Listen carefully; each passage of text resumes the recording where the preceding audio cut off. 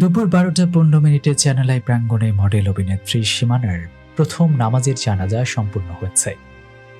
জানাজা শেষে মাকে শেষবারের মতো দেখতে ছটফট করছিল সীমানার 7 বছর বয়সী শিশুপুত্র শ্রেষ্ঠ। বারবার ছুটে যাচ্ছিল মায়ের মুখখানি দেখতে। লাশবাহী ফ্রিজ ভ্যান যখন চ্যানেল আই প্রাঙ্গণে প্রবেশ করে তখন শ্রেষ্ঠ তার ছোট ভাই স্বর্গকে বলল, চলো স্বর্গ, মাকে দেখে আসি, মা চলে এসেছে। কাফনের কাপড়টা বারবার উঠিয়ে মাকে এক নজর দেখার কি যে আকুতি। ছোট বাচ্চার এই দৃশ্য দেখে কান্নায় ভেঙে পড়েন প্রাঙ্গণে থাকা অনেকেই।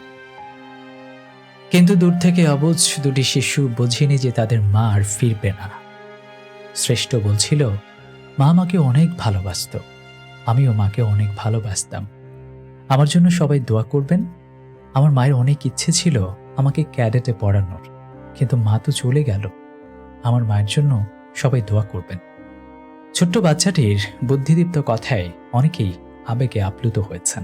ছোটবেলা থেকেই মার হাত পাত টিপে দিলে ওগুলো ছেড়ে যেত, কিন্তু ওই দিন করেছিল, হয়নি, মানে ব্রেনটা ক্ষতি হয়ে গিয়েছিল।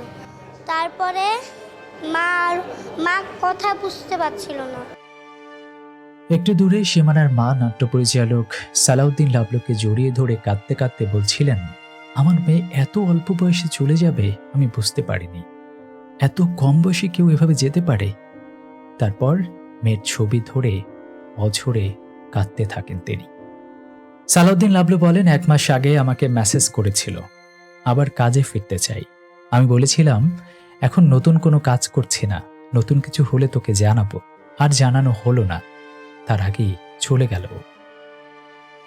অভিনেত্রী সীমানা 2006 সালে লাক্স চ্যানেল আই সুপারস্টার প্রতিযোগিতার মাধ্যমে উঠে আসা এক অভিনেত্রী। তার পরিচিতি এনে দেয় সালাউদ্দিন লাবলুর পরিচিত শাকিন সারিসুরি নাটকের মাধ্যমে। তাছাড়া তৌকির আহমেদ পরিচালিত দারুচিনি দ্বীপের অভিনয় করেন সীমানা। মঙ্গলবার সকাল 6টায় মাত্র 39 বছর বয়সে নিভে গেল অভিনেত্রী সীমানার জীবন প্রদীপ। হাসপাতালে 14 দিনের লড়াইয়ের পর চলে গেলেন তিনি। সন্ধ্যায় শেরপুর জেলার নকশা উপজেলায় পারিবারিক গোরস্থানে তাকে দাফন করা হয়।